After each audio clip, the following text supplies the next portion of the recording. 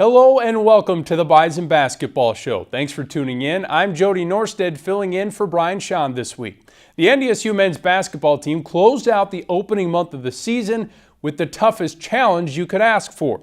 2 games in 3 days in arenas separated by 2,400 miles. And on top of the travel, the Bison got their chance to face the number 2 team in the country, Gonzaga, on Monday night. But 2 days prior, it was the Bucks of Eastern Tennessee State that were the focus for Dave Richman and company. The Bucks were picked to finish 3rd in the Southern Conference after winning 25 games a year ago. The home team got off to a good start, but the Bison battled back. Dangu makes a strong move and gets 3 the old-fashioned way. The junior finished with 7 points. Tyson Ward played above the rim in the first half with 3 dunks. This one coming off a great feed from Cam Hunter, and the second coming off a Ward steal as he goes coast to coast to trim the lead to 8 late in the first half. But the Bucks quickly push it right back to double digits. Isaiah Tisdale was perfect in the first half, shooting 4 for 4, including this triple that made it a 14-point Bucks advantage just before halftime. The home team led by as much as 16 early in half 2 before the Bison chip away. Rocky Cruiser going to work in the paint, gets the hoop in the harm. Cruiser scored all of his team-high 13 points in the second half. The Bison hit their first 3 triples to start half 2. Vinny Shahid's 3-ball made it 49-39 with just over 16 minutes to play. Freshman Jarius Cook played his best game as a Bison. The freshman gets the steal and lays it up and in on the other end. Moments later, the Brooklyn Park native drops in his second triple of the game to make it a 7-point game with 7 minutes to play. Cook scored a career-high 10 points. But the home team used a 39-25 advantage on the boards to win it, 79-61. East Tennessee State shot nearly 60% from the field in the victory. 2 nights and 2,400 miles later, the Bison were in Spokane, Washington for a showdown with the newly minted number 1 team in the country, Gonzaga. The first meeting between the two since the Zags knocked the Bison out of the NCAA tournament in 2015. NDSU didn't look fazed by the atmosphere early. Cam Hunter sinks the 3-ball over the defender. Hunter always brings his best against ranked teams. He scored 12 off the bench. Dangu has had moments against big-time programs too. Great footwork there. And then the 6A junior gets aggressive to knot the game at 17 apiece. Gu matches Hunter with 12 of his own. Jarius Cook, another reserve, gives the visitors a 1-point lead with just over 10 minutes to play. But the Bison went cold after that, and the top-ranked Bulldogs heated up. Preseason all-conference selection Josh Perkins left open, hits the 3-ball. Moments later, Brandon Clark follows up a miss with the putback. Clark made all 9 of his shot attempts for 18 points and 8 boards. The home team finished the first half on a 35-6 run to lead by 28 at the break. Bison in search of a much-needed spark. Tyson Ward flies by the defender and scores a pair of his 6 points on the layup. Vinny Shahid continues to impress in a Bison uniform. He shows great balance, drawing the foul and scoring the bucket here. Shahid paced the green and gold with a season-high 16 points. But Gonzaga proved why it's a national title contender. The Bulldogs finished with 25 assists on 37 made field goals, shooting 53% from three-point land. Gonzaga wins big, 102-60 to move to 7-0. Meanwhile, the Bison finished the month of November with a 2-5 record. The Bison go from big-time opponent to big-time venue this week as they invade the home of the Minnesota Vikings for the U.S. Bank Stadium Basketball Classic. We'll chat about that and recap the battle with Gonzaga next with head coach Dave Richman. The Bison Basketball Show on Midco Sports Network is presented by Nodak Insurance Company and Sanford Orthopedics and Sports Medicine.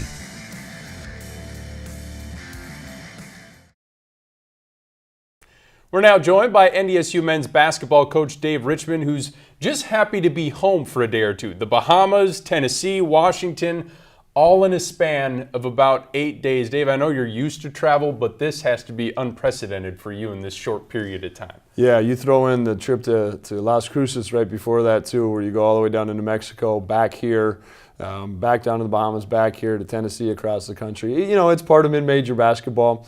And I think the big picture perspective, Jody, is that we're preparing for January, February, March. And there's adversity in these first months. And that's a test for how we're going to be come January, February, and March. Now, we'll get to the Gonzaga game in a moment, but let's rewind to East Tennessee State on Saturday. The Bucks are a talented team. They shot the ball well, rebounded well. Your team had spurts to get back into it, but just couldn't break through. Yeah, East Tennessee State, 2 years ago, they're in the NCAA tournament. Last year, they won 25 games.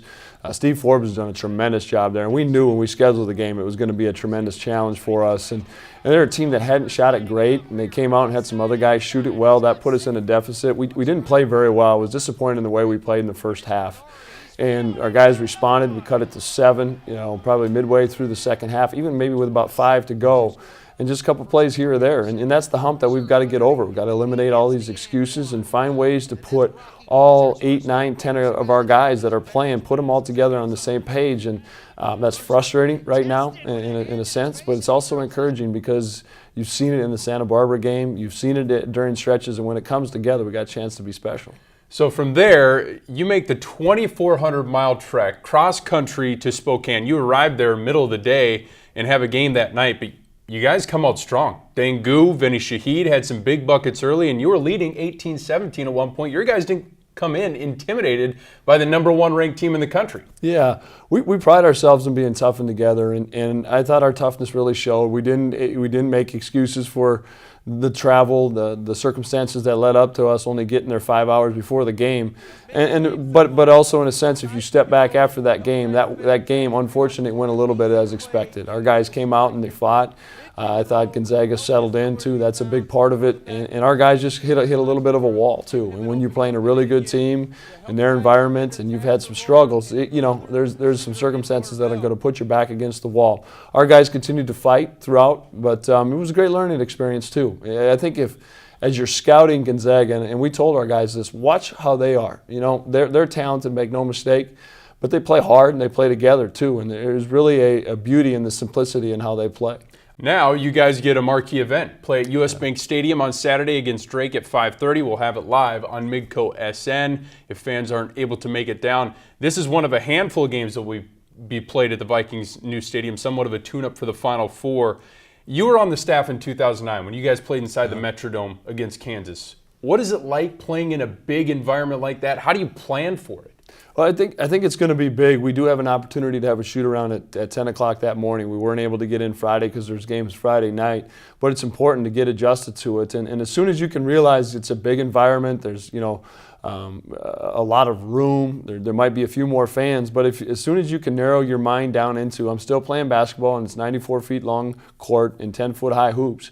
The sooner you can do that, the better. And it might change some sight lines and different things like that. But Drake's going to have those same things that we are, the same lighting, the same sight lines. And so we've got to eliminate those excuses and just be excited and bring energy to be playing in an environment like that. Should be a lot of fun. Dave, wish you all the best this weekend. Thank you, Jody. All right, coming up next on the Bison Basketball Show, we catch up with the Bison women who made trips to California and Illinois this past week. Stay with us. Welcome back. The Bison women's basketball team spent Thanksgiving weekend in Stockton, California, taking part in the Tiger Turkey tip-off at Pacific. The two-day tournament pitted the Bison against two opponents that they had never faced before, leading off on Friday against the host school. It was just the second home game of the season for Pacific, and the Bison were hoping to follow up Thanksgiving dinner by playing spoiler. Tyra Spencer had the hot hand. The junior guard finished a perfect 7 for 7 from the field for a team-high 19 points. Bison trailing in the second when Michelle Geislerova finds Cirkeline Rimdahl for the circus shot. The Bison shot 63% in the first half, but still trailed 42-34 at the break thanks to 13 turnovers. They came out of the locker room on a mission, erupting for a 9-0 run. Riley Nudell gets it started with back-to-back buckets. Then it's Marina Fernandez showing the shooter's touch from downtown. That had the Bison bench on their feet. NDSU made 9 of 20 from downtown. Shanley product Emily Dietz scores the go-ahead bucket from the baseline, but Pacific responded with a 15-4 run of its own to take back control, and the tournament host held on for the 75-68 win. The Bison were hoping for a bounce-back performance Saturday afternoon against North Texas. NDSU was sharing the ball well early. Marina Fernandez hits Emily Dietz off the pick and roll. Dietz gives the Bison a 3-2 lead with the free throw. Michelle Geislerova continued her steady play. She made all 3 of her field goals in the first half and finished with 13 points. The North Texas defense caused some fits for the Bison, converting 16 Bison turnovers into 23 points. NDSU shot over 53% for the second straight game. Marina Fernandez scored 20 points and added 8 rebounds, both career highs. But the Mean Green were in control from start to finish. Terry O'Bradley scored a game-high 40 points to lead North Texas to a 92-78 win. The Bison ended up outscoring North Texas by 2 in the second half. The Bison wrapping up the 4-game road trip with a Wednesday afternoon game on the unique-looking court at Northern Illinois. NDSU grabs the first lead of the game. Riley Nudell, the all-time leading scorer in North Dakota high school history, makes a series of moves, misses her shot, but sticks with it for the game's first points. Still early, Nudell with the court vision finds a cutting Geislerova. Michelle showing some quickness and getting to the hoop for the easy 2. That was the start of a big game for Geislerova. She pulls the trigger from way downtown and puts NDSU in front 9-8. She scored 19 of NDSU's 28 first-half points. Courtney Woods shined for the home team. The preseason all-conference pick gets the steal and scores 2 of her team-high 25 on the other end. NIU forced 17 Bison turnovers and led by 15 at half. Bison junior Tyra Spencer recorded the first double-double of her career, going for 11 points and 12 boards. Back to Geislerova, she spins and hits. Geislerova scores a game-high 30 points, shattering her previous career high of 21, but Northern Illinois wins at home, 81-63. NDSU suffers its 4th consecutive loss. We're now joined by head coach of the NDSU women's basketball team, Maren Walseth. Maren, let's start with the trip to California. In the record column, it goes down as 2 losses in that tournament in Pacific, but I think your team took big strides forward. You shot 53% in both games, the best you've shot all season. You matched a season high with 9 trays in that game against Pacific. How much of that improved shooting is chalked up to confidence? How much is it just chemistry that you guys are developing? I think probably a little bit of both. Certainly we've had ladies that have shot in practice with confidence, all year, but putting it together underneath the bright lights, it does come with timing and chemistry and good passes. In the game against Pacific in particular, that was a game in which it was really a fight to the finish. Turnovers kind of hurt you, but you still had a chance late. I think about a 3-point game with 4 minutes left. How important was it to see your team battling hard in the end of that game, even through some of those mistakes? I was very pleased with the effort and the grit. Coming out of halftime and going on an 8-0 run, that was a spark for us and really put us in a position to continue to be competitive the rest of that second half. Unfortunately, just came up a little short. Some individual performances to highlight in those games against California. Riley Nudell, Michelle Geislerova, Tyra Spencer scored in double figures in both games out in California. Heck, Tyra was perfect in that game against Pacific, 7 of 7, 3 of 3 from beyond the arc. How important is that scoring bounce? Especially, you guys are a little bit shorthanded, just 8 bodies out there right now. I thought Tyra played very well all weekend with a lot of pressure.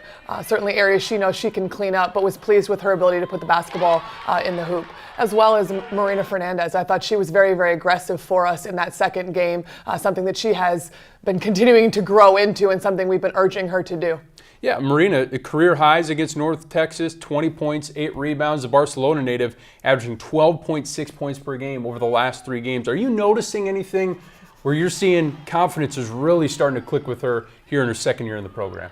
I think we're seeing confidence. We're seeing a little bit more, she's more comfortable in what she's doing and playing with her teammates. I think the work that she puts in with Morgan and Keith after practice, 5-8 minutes of continued ball handling, of finishing versus contact, I think we're seeing that, kind of come to fruition. Now, you guys had some fun, too. I mean, up here it's single digits. You're in California. It's Thanksgiving. You got to check out Alcatraz Island. You got to check out a Warriors game.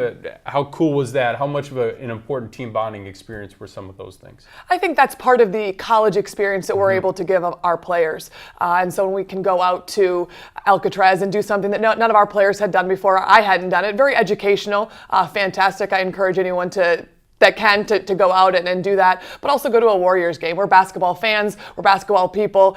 To be in that environment, we got so many kids with Warriors jerseys and t-shirts and whatnot on. It was a good way to kind of wrap up the trip. So 4 games in 11 days, now 3 games in 20 days. A lot of practice coming up. Maren, thank you for coming on. Good luck this weekend. Thank you. The Bison women return to action Sunday at 1 o'clock against old Summit League foe UMKC, their first home game in 3 weeks. When the Bison Basketball Show returns, we go one-on-one with Bison men's basketball sharpshooter Jared Samuelson to talk about a new dimension he's trying to add to his game in his junior season. Ever since stepping foot on campus, Jared Samuelson has proven to be a valuable weapon for the Bison, especially with his three-point shooting ability. The junior guard is on pace to finish in the top 10 in career three-point field goal percentage in school history. This week, Brian Shawn goes one-on-one with number 11 for the Herd. All right, one-on-one time here with Jared Samuelson, the junior guard out of Gretna, Nebraska, who has grown some facial hair in the offseason. What's up with that? You know, got to grow up at some point. Mom doesn't like it too much, but I'm sure. For you, playing your first 2 years, getting acclimated to everything, and now you're a junior, you're one of the oldest guys on the team. Is that crazy to think now that all of a sudden you're a veteran on this squad? yeah, it is.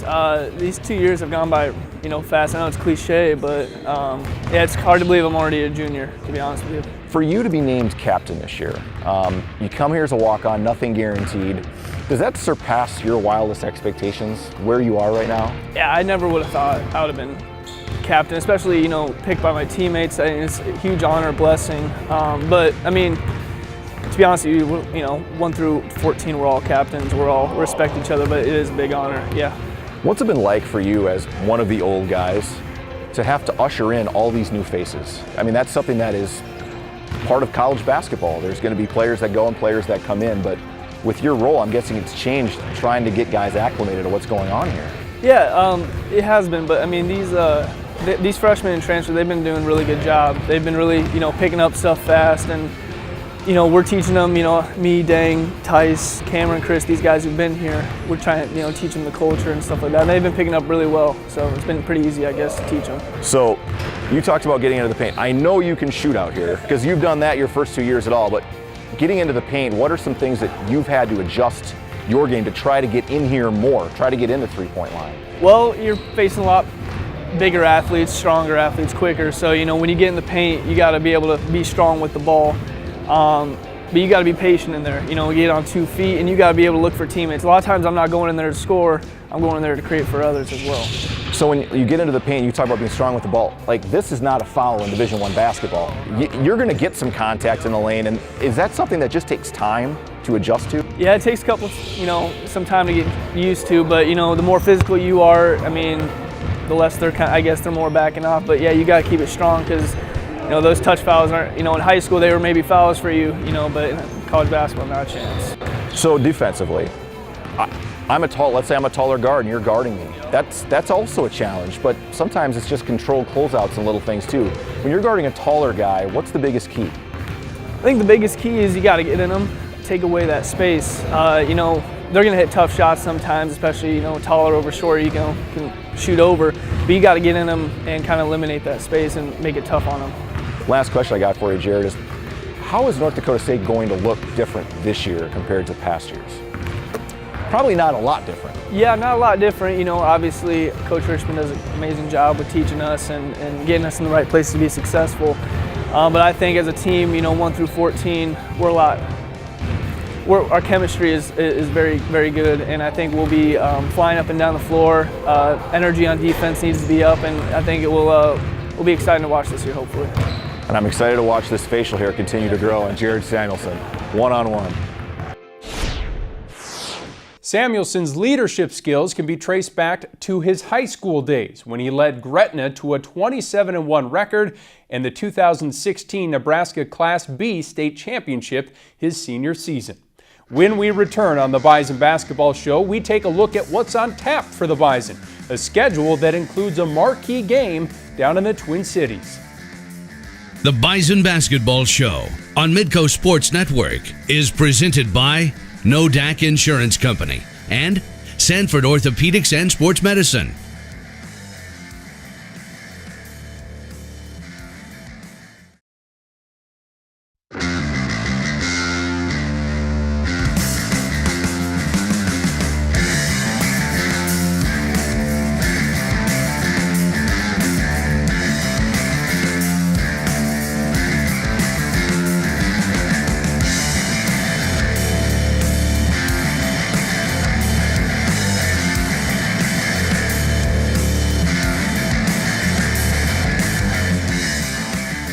It's time to wrap things up here on the Bison Basketball Show, but before we go, let's take a look at what's on tap for NDSU. The NDSU women return home for the first time in 3 weeks, playing host to Missouri, Kansas City in a Sunday matinee at 1 o'clock. You'll be able to watch it live on Midco Sports Network. The men's team will head down to Minneapolis in the site of the 2019 Final Four, taking part in the U.S. Bank Stadium Basketball Classic. The Bison will play Drake on Saturday at 5:30. Our live pregame show from the home of the Minnesota Vikings begins at 5:15 right here on Midco Sports Network. From there, NDSU travels to Ames, Iowa for a matchup with Big 12 squad Iowa State on Monday night at 7 o'clock. That's a wrap for this edition of the Bison Basketball Show. Have a great week, everyone.